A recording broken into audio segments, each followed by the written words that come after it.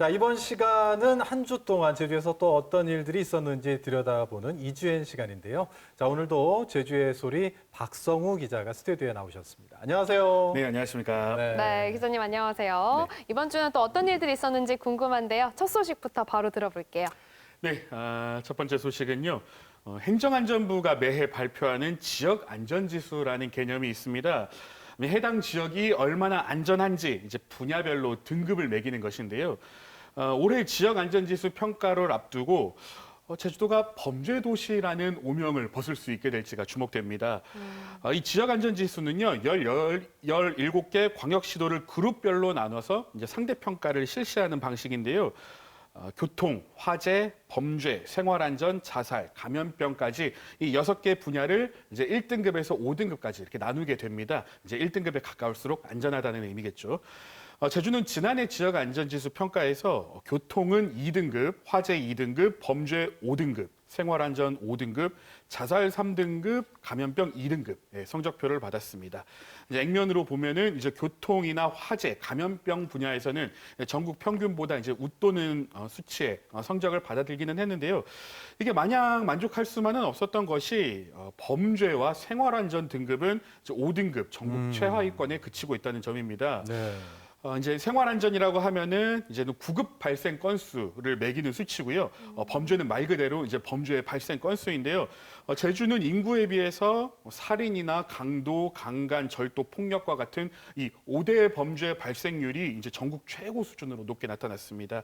이 지표가 발표된 것이 2015년부터였는데 이 범죄와 생활안전 분야에서는 이 9년째 꼴찌에 머무르고 있다는 점도 좀 뼈아픈 대목입니다. 이 9년째 꼴찌라는 말이 굉장히 진짜 마음에 너무 이렇게 가슴 아프게 다가오는데 네. 이런 결과가 나온 배경에 대한 어떤 분석이 좀 이루어지고 있나요? 이게 사실 초기에는 좀 관광객이 많은 지역적 특수성 때문이 아니냐라는 좀 변명거리 아닌 변명거리가 있기는 했었습니다. 이 통계의 모수는 이제 제주 도민의 수로 고정이 돼 있는데 이제 외지에서 오는 관광객이나 또 뭐 외국인이 사고를 당하거나 아니면 또 이들이 범죄를 일으키는 사례들이 이제 잡히면서 이제 상대적으로 좀 불리한 구조가 아니냐는 이제 의견이었는데요. 이게 오늘날에 와서는 단순한 핑계에 그칠 수밖에 없는 게 이게 지표가 점점 개선되면서 이 외국인이나 관광객에 의한 사건 사고는 이 지수 산정에서 제외되고 있거든요. 순수 도민에 의해 발생하는 사건 사고만으로도 좀 가장 안전하지 못한 도시로 꼽히게 됐습니다. 그래요. 그렇다면 좀 도민 사회 내에서 발생하는 문제를 좀 보다 세부적으로 들여다볼 필요가 있을 것 같은데요. 네, 이 수치를 보면요. 이 5대 범죄 중에서도 이제 절도와 폭행 비율이 전국 평균보다 유독 제주에서는 높게 나타나고 있습니다. 특히 술에 취한 상태에서 이제 저지르는 주치 폭력의 건수가 좀 높게 잡혔습니다. 실제로 제주의 음주운전 경험률은 3.4% 수준으로 이제 전국 평균 2.5%보다 0.9% 가량 높게 나타났고요. 고위험 음주율도 20%에 달해서 전국 평균보다 3%포인트 높았습니다. 네. 제주에서 폭력이 가장 많이 발생하는 지역도 연동 누에모루 거리나 제주시청 건너편의 이제 대학로 거리 이쪽으로 집계돼서 이제 주치 폭력 사건이 좀 줄을 이룬다는 것으로 확인되기도 했고요. 네. 사실 제주도가 우리가 자랑하던 게 이 뭐 그 산무, 도둑, 대문, 거지 없는 산무의 섬으로 참 유명한 곳인데 이렇게 아까 보니까 범죄나 생활안전 분야에서 이렇게 점수가 낮게 나타나고 있다는 것 자체가 굉장히 좀 안타깝고 씁쓸한 지금 상황이거든요. 결국에는 제주도 차원에서 이에 대한 문제의식을 좀 갖고 어떻게 해결을 해 나가느냐 그런 부분에 대해서도 좀 궁금한데 어떤가요? 뭐 그동안도 여러 가지 시도들을 해오기도 했지만 그래도 이제 또 지역 안전 지수를 이제 개선하기 위한 차원에서 또 몇 가지 구체적인 방안을 추진하고 있습니다. 우선 안전신문고를 확대 운영하기로 했고요. 또 자율방범대 인력을 늘리는 방안도 지금 검토 중인 것으로 전해졌습니다. 이 자율방범대원의 비율이 제주는 전국 평균에 비해서 이제 절반 수준에 그치고 있다고 하더라고요. 특히 이제 가장 높은 자율방범대원이 가장 많은 지역과 비교하면 거의 3분의 1 수준이라고도 합니다. 오영훈 제주도지사도 이 제주가 안전하고 풍요로운 공동체 문화를 간직한 줄 알았는데 주치폭력이라는 악성 바이러스가 제주를 좀먹고 있다. 좀 강한 워딩을 쓰면서 이 문제를 지적을 했고요. 지역 안전 지수를 개선하기 위해서는 집단 지성을 발휘해서 이 주취 폭력 문제를 함께 풀어나가야 한다면서 좀 강한 개선의 의지를 밝히기도 했습니다. 그래요. 안전한 제주를 만들어가는 거 누구 하나의 노력으로 될 일은 아닌 것 같아요. 우리 모두가 다 함께 노력해야 할 부분이라고 생각합니다. 자, 다음 소식도 들어볼게요. 네, 다음은 이제 제주 평화대공원과 관련된 소식입니다. 이제 서귀포시 대저급 일대에 이제 일명 알뜨르로 불리는 일대 요 대규모 스포츠 타운을 조성한다는 소식을 제가 전해드렸었는데요. 이게 10월 즈음에서 요 관련된 소식을 전해드렸었던 것 같아요.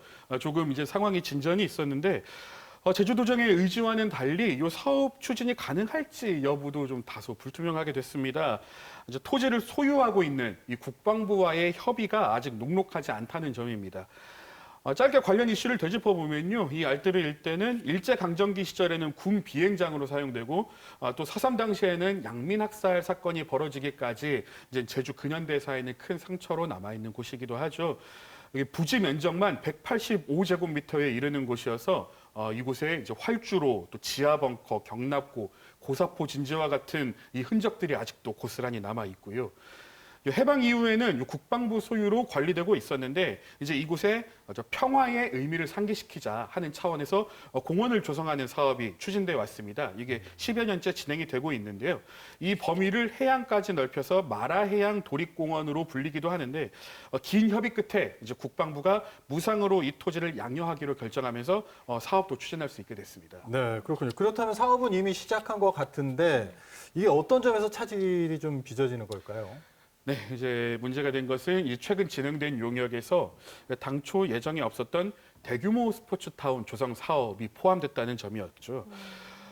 규모 있는 스포츠팀이나 또 학교 운동부의 전지 훈련을 유치해서 이제 지역 경제에 이바지하겠다는 목적인데요. 요 용역 내용을 살펴보면은 알뜨르 비행장 활주로 동쪽에는 이제 야구장 4개와 또 사격장을 건설하고 또 지하 벙커와 관제탑이 있었던 그 유적지 주변에는 대규모 파크 골프장을 건설하는 방안이 유력하게 검토되고 있습니다. 또 일제동굴 진지 이제 동쪽으로는 전지 훈련장을 건설한다는 밑그림도 그렸고요. 지난번에도 이 부분 살짝 얘기를 해주셨던 것 같은데 네. 그러면은 그 국방부와의 협의는 어떻게 진행되고 있나요? 네, 이제 여기서 주목해야 될 점이 이제 국방부가 토지를 양해해두는 조건을 다시 한번 살펴보는 것이겠는데요. 일단 국방부는 원상 회복이 가능하게끔 진행이 돼야 한다라는 입장이었습니다. 연구 시설물을 축조할 수 있는 조건으로 이제 군사작전 수행에 제한이 없는 경우 이제 원상 회복이 가능해야 한다라는 점이 이제 조건으로 명시가 돼 있었는데요. 이 국방부와의 사전 협의는 이제는 없었던 것으로 지금 알려졌습니다. 이게 또 문제가 되는 것이 이 스포츠타운이 좀 평화와 무슨 관계가 있는 것이냐. 제주도가 이 부지를 좀 돈벌이에 이용하려는 것 아니냐라는 주장도 있는데요. 일단 제주도는 이제 올림픽과 같이 이 스포츠는 이 평화와 직접적인 관계가 있다라는 입장입니다. 이제는 이렇게 이제 대규모 시설을 들이는데 국방부가 좀 흔쾌히 수용할지 여부에 달려 있는데 이제 제주도는 당장 내년에도 이 관련 계획을 구체화하기 위한 추가 용역을 진행하겠다는 입장입니다. 좀 시민사회 차원에서도 좀 반발이 일고 있어서요. 성사 여부는 관심 있게 지켜봐야겠네요. 예, 뭐 평화 사업이라는데 반대하실 분은 안 계실 거예요. 하지만 그 알뜨르 일대는 사실 우리 뭐 도민이나 우리 국가적인 차원에서 봤을 때 어떤 평화라는 점, 또 제주 근현대사의 어떤 상징성을 보여주는 곳이기 때문에 더욱더 좀 신중하게 좀 접근이 이루어져야 될 필요가 있을 것 같습니다. 그에 대한 지역 주민들과 또 시민단체들의 의견들도 잘 수렴이 돼서 좀 신중하게 접근이 됐으면 하는 바람을 가져봅니다. 자, 다음 소식 좀 들어볼까요? 예, 이제 화제를 조금 바꿔서 이제 반가운 소식을 전해보자면요. 반가워요. 제주시 구좌읍 세화리 이 마을이 올해 하반기에 국토교통부가 선정하는 도시재생 사업에서 신규 공모 사업에 최종이 선정됐습니다. 네. 전국적으로 신청한 곳이 47곳이었는데 이제 최종적으로 선정된 곳은 12곳이었거든요. 여기에 이제 제주의 세화지구 역사문화지원 인프라 사업이 치열한 경쟁을 뚫고 포함됐습니다. 도시재생 사업은 이제 지역 고유의 자원을 활용해서 도시 브랜드화, 또 상권 활성화, 창업 지원과 같은 다양한 사업 모델을 연계하는 사업인데요. 세화리는 세화해녀 순비의 꿈, 더 살아나는 로컬 세화라는 비전을 걸고 이제 문화관광 명소를 만들겠다는 목표를 세웠습니다. 세화의 휴일이라는 테마로 세화 휴일센터, 로컬 커뮤니티 센터, 세화 휴일 로드와 같은 시설을 조성한다는 계획을 세웠고요. 국비 지원도 이제 크게 받게 됐는데요. 내년부터 이제 4년간 272억 원의 예산을 드릴 수 있게 됐습니다. 사실 제주의 읍면 지역 같은 경우에는 계속해서 이 뭐 고령화 문제라던가 소멸 위기 같은 문제들이 지속적으로 제기가 돼 왔었는데 이번 사업 선정으로 좀 어떤 변화가 기대되나요? 네, 말씀해 주신 대로 이 제주의 읍면 지역이 상당한 위기에 몰려 있죠. 더 냉정하게 따져보면은 이제 제주도 내 뭐 각 지역에서도 앞서서도 뭐 다양한 도시재생 사업이 곳곳에서 진행이 되곤 했었는데 사실 모두가 만족할 만한 성과를 거둔 것은 뭐 아니었습니다. 이제 공과에 대한 평가는 좀 엇갈리기 마련이었는데요.